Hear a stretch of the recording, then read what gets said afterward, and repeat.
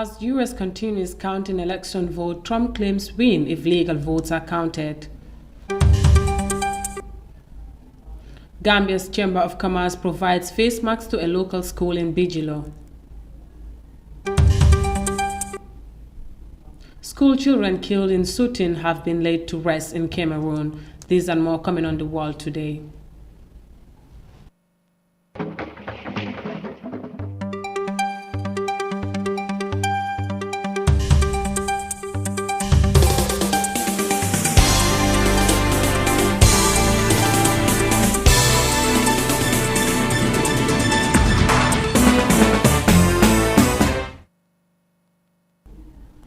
Good evening, you're watching The World Today with me, Sahna Tunkara, and now the news in detail. As votes are still being counted in the U.S. presidential election, President Trump claimed that if the legal votes are counted, he can easily win. Trump filed a lawsuit at their country's Supreme Court to halt vote counting in several battleground states and request a recount in another. More of that in this report. Experts maintain that Trump's lawsuit are divisionary tactics with little legal basis, although the fraud and election theft allegations were not based on any evidence. Experts hold the belief that they could undermine the public's view of how the election was conducted. Speaking at Washington, D.C. on Thursday, Donald Trump reiterated that if they count all the illegal votes, they can try to steal the elections from them. If you count the legal votes, I easily win. If you count the illegal votes, they can try to steal the election from us. If you count the votes that came in late, we're looking at them very strongly, but a lot of votes came in late. I've already decisively won many critical states, including massive victories in Florida, Iowa, Indiana, Ohio. To name just a few, we won these and many other victories despite historic election interference from big media, big money, and big tech. As everybody saw, we won by historic numbers. Early vote showed Trump having an edge over Democratic nominee Joe Biden in 3 battleground states. However, those initial numbers were not complete, as mail-in ballots were still being counted. The Republican candidate claimed that they were winning in all key locations, and all of a sudden their numbers started getting smaller. To highlight just a few examples, the day before election, Quinnipiac, which was wrong on every occasion that I know of, had Joe Biden up by 5 points in Florida, and they were off by 8.4 points, and I won Florida easily. So they had me losing Florida by a lot, and I ended up winning Florida by a lot. Other than that, they were very accurate. They had him up 4 points in Ohio, and they were up by 12.2 points. With several key battleground states on razor's edge, as neither candidate has secured the necessary 270 electoral votes to declare victory, Biden, who is leading, is optimistic of winning once all the votes are counted. Former Vice President Biden, in a short statement on Thursday, said democracy is sometimes messy and requires a little patience. In America, the vote is sacred. It's how people of this nation express their will. And it is the will of the voters, no one, not anything else, that chooses the President of the United States of America. So, each ballot must be counted. And that's what we're going to see going through now. And that's how it should be. Democracy is sometimes messy. It sometimes requires a little patience as well. But that patience has been rewarded now for more than 240 years with a system of governance that's been the envy of the world. The Democratic presidential candidate once again calls for calm while the counting of votes is being completed. For iAfrica News, I am Julden Yai-Suare. President Trump claims easy win if all legal votes are counted. Now, a funeral ceremony has been held for children killed in a school shooting in Kumba, a southwestern city in Cameroon's Meme division, on Thursday. The government of Cameroon took responsibility of the funeral ceremony as investigations into the attack continued. Details of that in this report. On November 5th, 7 caskets of the school children who were killed in their classrooms were displayed in an official funeral ceremony paid by the government of Paul Biya. Families cried as their caskets were brought from the Kumba District Hospital to the funeral ground. A mother of one of the children killed in the attack says she is in pain. Although my child is highly honored, but the pain in me is too high that I cannot bear.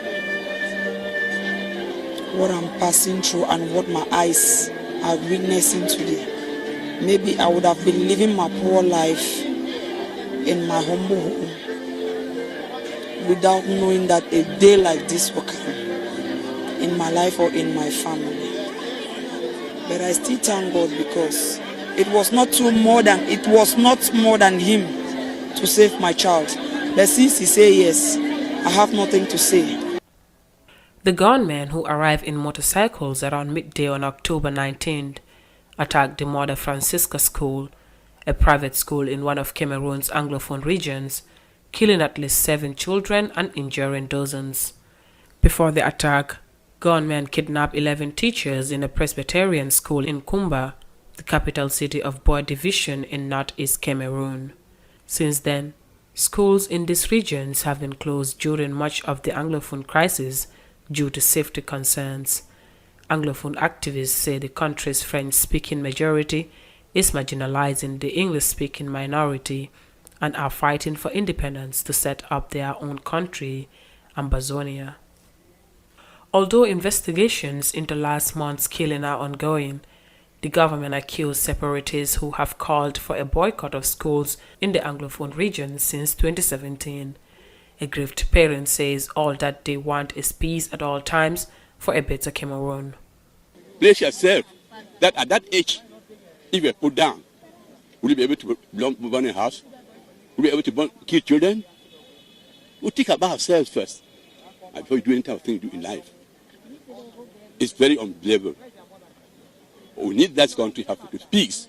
We need peace. Peace of mind, peace of everything. I mean, it would be better you don't go to school and you're living. Yes, there are people who go to school, they're still living. You cannot keep your children, after spending a lot of time for children, go to school to become, we call it, leaders of tomorrow in Cameroon. How do you get the leaders? If the leaders have been killed. You and me, look at yourself. You are talking to me because you are living.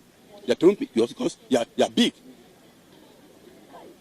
One of these people will become head of state tomorrow. You don't know. Will I be a minister in this country? No, no. Will I be a doctor, make out of these other people? And that's life. Cameroon has since in 2017 faced unrest following a government crackdown on peaceful protests by Anglophone lawyers and teachers who complain of being marginalized by the French-speaking majority. Both the northwest and southwest regions of Cameroon have been in the grips of a separatist conflict for the past 4 years. The fighting has since caused more than 3,000 deaths and forced hundreds of thousands to flee their homes. For iAfrica TV, Sohna Tunkara. Cameroon held a funeral for the 7 children who were killed last month.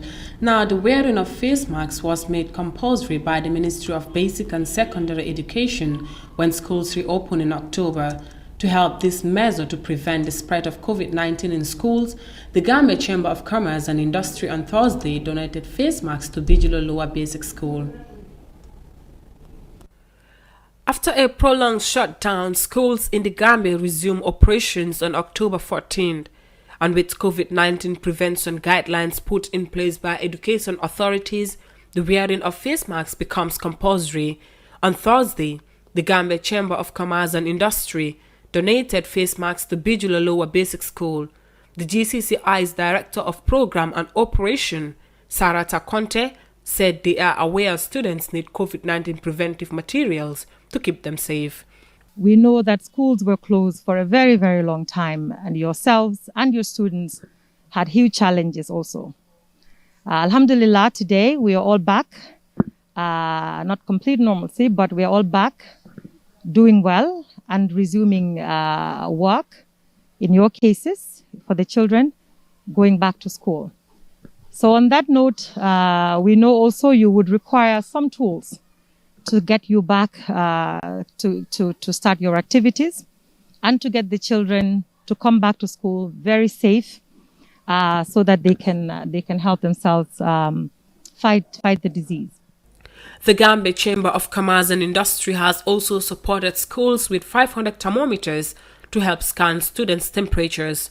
Babu Karkar, the Vice President of Board of Directors GCCI, said it is important to help children stay safe during this pandemic. The little knowledge we know about COVID is that the children are more resilient. They have very good immunity. However, if we don't help them to comply with the measures, if they happen to contract it and take it home, the risk of infecting their parents and older family members is there. And this is why we need this concerted effort to try and make sure that we suppress the spread of the virus within the schools, within our communities, in all social gatherings. The head of teacher of Bijula Lower Basic School, Sena Busane, said it is important for other stakeholders to help students with face masks because the government supplied one face mask per student are not enough. Government, they provided the students with one mask each, and we all know that will not be able to, that will not be enough for the children, because wearing one mask from Monday to Friday is going to be a problem, because they must have to wash their mask. So if you people come in to give us more face masks, that is going to be very good for the children. So I say a very big thanks to GCCI. The GCCI face mask donation is part of the institution's Businesses Against COVID-19 campaign, which was launched to create awareness and raise funds from local businesses to support the Gambia's fight against the COVID-19 pandemic. For iAfrica TV, Sohna Tunkara. GCCI joins in the fight against COVID-19 by donating face masks to Bijilo Primary School. Now migrating to Uganda, a young woman who quit her nursing job to embrace farming has now become an inspiration to other young people. Many young people prefer doing other jobs than engaging in agriculture, mainly because they believe there is no benefit in farming. But the government has partnered with the Farming Federation to initiate farming competition to attract young people in agribusiness. Details in this report. It's lunchtime at My Passion Farm in a suburb outside Kampala city. Grace Birungi has over 2,500 poultry birds for commercial egg production. 4 years ago, she quit her nursing job to become a full-time farmer after tragically losing her previous batch of birds when she was out of town for work.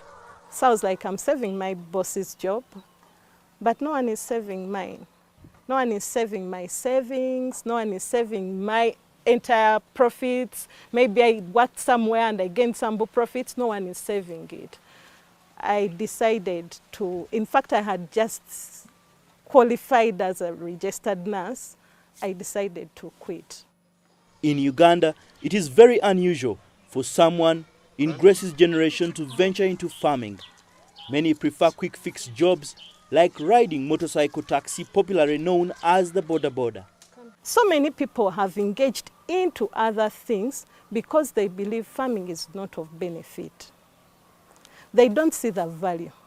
They don't see anything profitable. Our parents, or the old people, they used to look at farming as food for home. It is not looked at as a business. But with this mindset that is into me, I look at it as my income. In Uganda, more than 75% of the population is below the age of 30, according to the World Bank. The World Bank also puts the average age of Uganda's farmers at 54. This means the young population, who are the biggest consumers of food, have been left to an aging group of farmers, like 90-year-old Asha Nambi, who grows food for her family, but also sells to her community. Agriculture was part of our upbringing.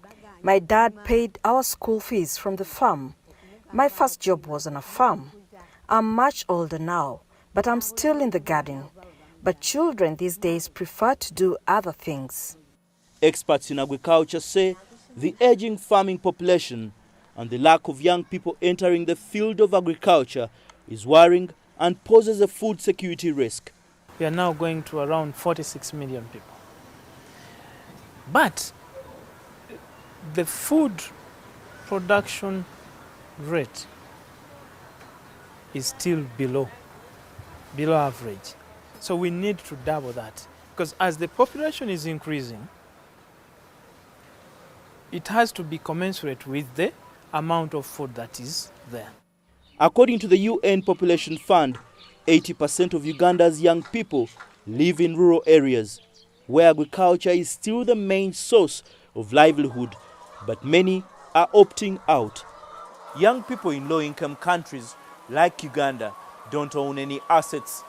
It's the older generation who are capable of buying land and having some kind of capital to make such an investment. So many are sidelining agriculture to seek work in the cities. The government, through the National Farmers Federation, is now coming up with initiatives like training and farm competitions to encourage and attract young people into agribusiness. But for young farmers like Grace, teaching their young ones to appreciate agriculture at an early age is important to transition farm ownership from one generation to another and help secure the future of food production. The story of a young nurse who quits her profession to become a farmer inspires many. Now we will go with a short commercial break and continue with the rest of our stories. Stay tuned.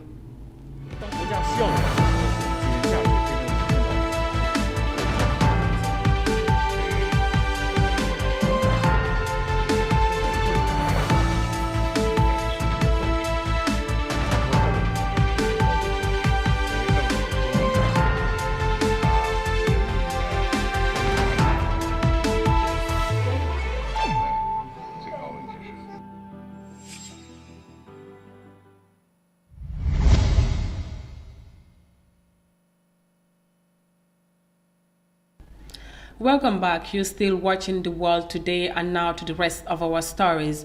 The United Nations Environment Programme, UNEP, says at least 40% of all internal conflicts have been linked to the exploitation of natural resources over the last 60 years. These include high-value resources such as timber, diamonds, gold and oil, or scarce resources such as fertile land and water. UNEP says as the world marks the International Day of Preventing the Exploitation of the Environment in War and Armed Conflict.